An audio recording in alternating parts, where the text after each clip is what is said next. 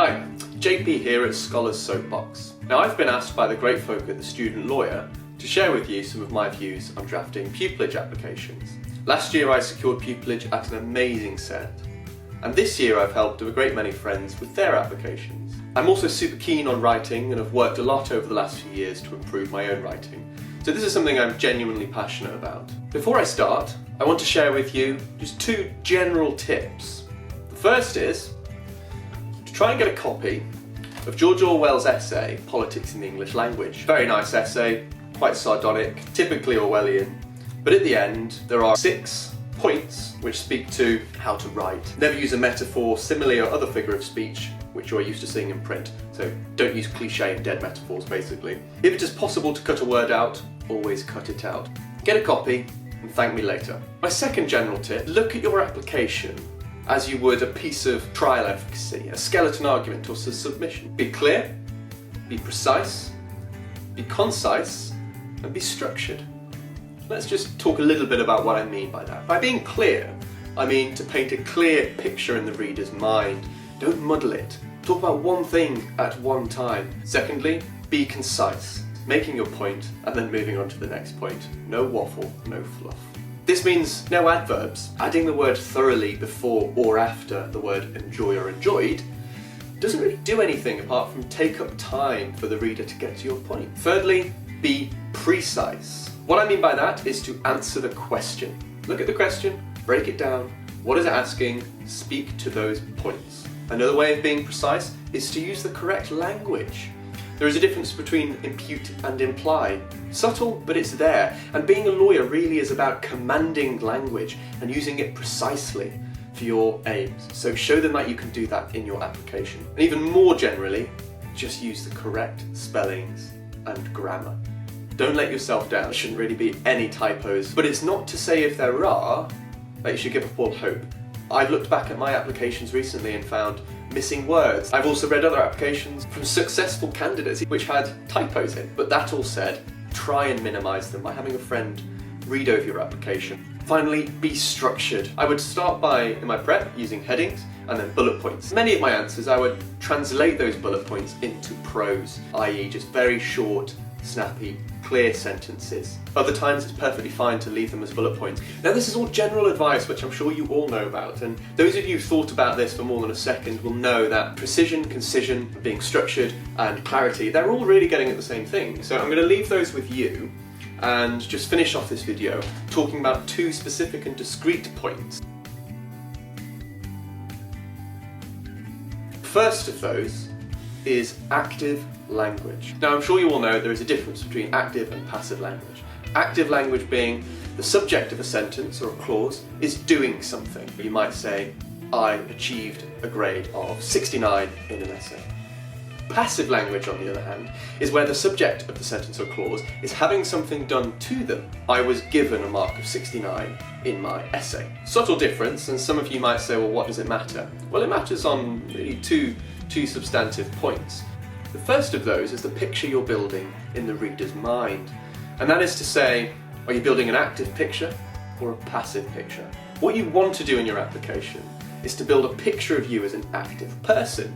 And that doesn't mean just going around doing things all the time, but it's to say whatever you're doing, you're taking charge of it, you're happy to do it, and you enjoy the responsibility. So if you're talking about stacking shelves in a summer job, don't say, I was required to lift boxes and I had to deal with customers in this job. That shows a certain lack of willingness to take responsibility, a certain kind of summer job attitude. You are going to be doing things in pupillage and beyond that you haven't chosen to do and that are a bit of a grind and that you feel like you have to do. Being a barrister, you're not only going to have to do them, but you're going to have to do them often to the very best of your ability. So show them that you can do that with the simplest of things. Say, I stacked shelves, or I achieved a mark of 69, rather than I was required to stack shelves, or I was given a mark.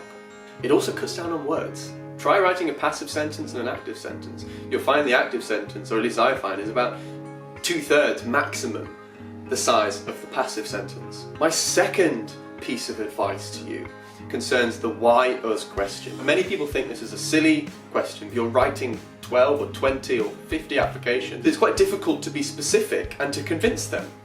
That's the point, right? I think this is a terrific question. I think this goes to the heart of what being a barrister is about, because I've really thought about the question and broke it down into its constituent parts. So let's do that now and see if you agree with me. The question is asking you to take something you know most likely little about. You have to research that chambers. You have to come to an understanding of that chambers. You then have to show that understanding.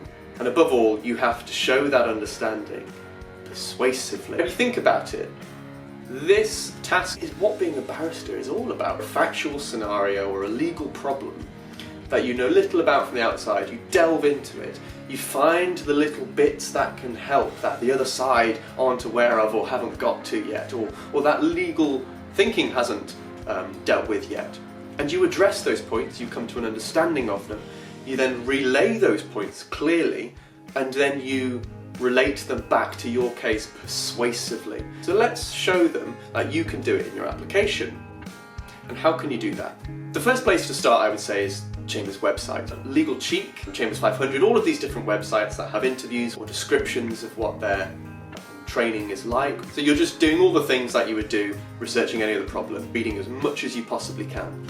Then you have to identify the bits that you like. This question is about them, but it's also about you. Why do you want to go to the chambers? So that leads me on to my final point, which concerns the "we are leaders" trap. You see this on a lot of chambers websites. We are leaders in a particular area of law. Don't just say, I want to go to your chambers because you are leaders and I would relish the opportunity to practice among leaders. You have to explain what it is about them being leaders that appeals to you.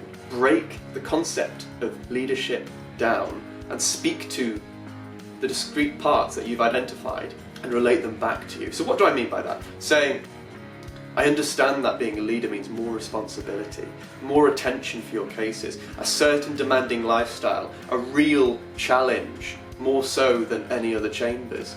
And that is what I am after. You really have to do a double why. It's why us, but then why do you like that? So you kind of have to go on this circular journey into chambers and then back to you. Be a barrister. You get all of these points through your research, but then get under the skin of them. Don't just state them. You need to explain them and qualify them. Thank you for watching, and I hope anything I've said is of any value to any of you. I'd be keen to know your thoughts, so feel free to get in touch with me. You can see my other videos on YouTube. Soapbox Scholar is my channel, so you can leave a comment or message me. Good luck, and I wish you all the best. Thank you.